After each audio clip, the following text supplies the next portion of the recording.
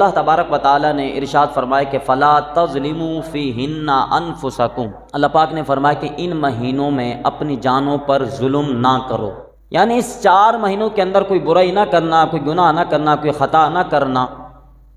یہ حرمت والے مہینے کہا جاتا ہے ان کو۔ حرمت والے مہینے 4 ہیں، ذی القعد اور ذی الحج، محرم اور رجب المرجب، یہ حرمت والے مہینے۔ کوئی بھی آپ سے سوال کرے تو آپ کو پتہ ہونا چاہیے کہ اسلام کے اندر 4 حرمت والے مہینے ہیں، 3 ایک ساتھ ہیں، ذی القعد، ذی الحج، محرم اور رجب المرجب۔ جب یہ مہینے آیا کرتے تھے، حضرت آدم علیہ نبینا علیہ السلام سے لے کر آج تک جتنے بھی لوگ ہیں، تمام نے ان مہینوں کا آنے کا ادب کیا، احترام کیا اور ان مہینوں کا مقصد ادا کیا ہے۔ یہاں تک کہ پہلے کے لوگ کس طرح ان مہینوں کا ادب و احترام کیا کرتے تھے۔ اگر 2 گروہ آپس میں جنگ لڑ رہے ہوتے تھے، اعلان ہوتا کہ بھائی ادھر سے چاند نظر آ گیا ہے، رجب المرجب کا چاند نظر آ گیا ہے، فرمایا کہ وہ جنگ جو چل رہی ہوتی تھی وہ روک دیا کرتے تھے۔ کیوں؟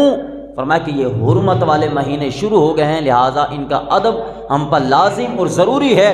اس کے ادب کی وجہ سے جو چھڑی ہوئی جنگ ہوا کرتی تھی اس کو بھی رفع دفع کر دیتے تھے، اس کو ختم کر دیا کرتے تھے۔ یہ تھا ان مہینوں کا ادب۔ حدیث طیبہ میں آتا ہے ایک مرد کسی عورت پر فریبدہ ہو گیا، اب وہ تنہائی کو تلاش کر رہے تھے کہ کہیں تنہائی ملے تو گناہ کی طرف جائے۔ جب ان کو تنہائی ملی، وہ مرد برائی کی طرف بڑھنے لگا، ہاتھ بڑھانے لگا، ایک شور اٹھا کہ مبارک ہو، مبارک ہو۔ اب یہ پوچھنے لگا کہ یار یہ کس بات کی مبارک دی جا رہی ہے اور کس بات کا شور ہے؟ پھر اس کی نظر آسمان پر پڑی تو کیا دیکھتا ہے؟ رجب المرجب کا چاند نظر آ گیا ہے، تو برائی سے دور ہو گیا۔ کیوں؟ کہا کہ ہمارے اکابر جو ہوا کرتے تھے، جو ہمارے بڑے ہوا کرتے تھے، وہ بھی ان مہینوں کا ادب اور احترام کیا کرتے تھے، لہذا ہم پر بھی لازم اور ضروری ہے کہ اس مہینے کا ادب اور احترام کریں، اور برائی سے دور ہو گیا۔ یہ واقعہ حضرت عیسیٰ روح اللہ علیہ نبینا علیہ السلام کی امتی کا ہے۔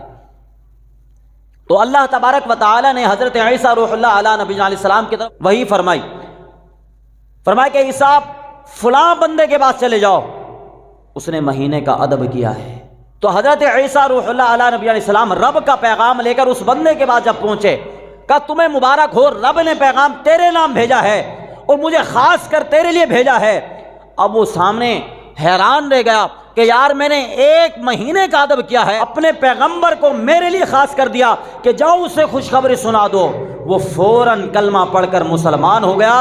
وہ کہتا ہے کہ یار میں نے 1 مہینے کا ادب کیا ہے، رب نے اتنا نواز دیا ہے، اگر میں مکمل دین میں چلا جاؤں، مکمل دین کا ادب و احترام کروں تو رب کیسے کتنا نواز دے گا۔ فرمایا کہ فوراً کلمہ پڑھ کر مسلمان ہو گیا۔ اب اس واقعے سے، اس حدیث پاک سے یہ بھی پتہ چلا کہ بھی جس نے ادب کیا تھا وہ مسلمان نہیں، وہ کافر تھا، غیر مسلم تھا۔ اس نے اس مہینے کا ادب کیا اور اس کی یہ ادا رب کو اتنی پسند آئی، اللہ تبارک و تعالی نے ایمان کی دولت سے نواز دیا۔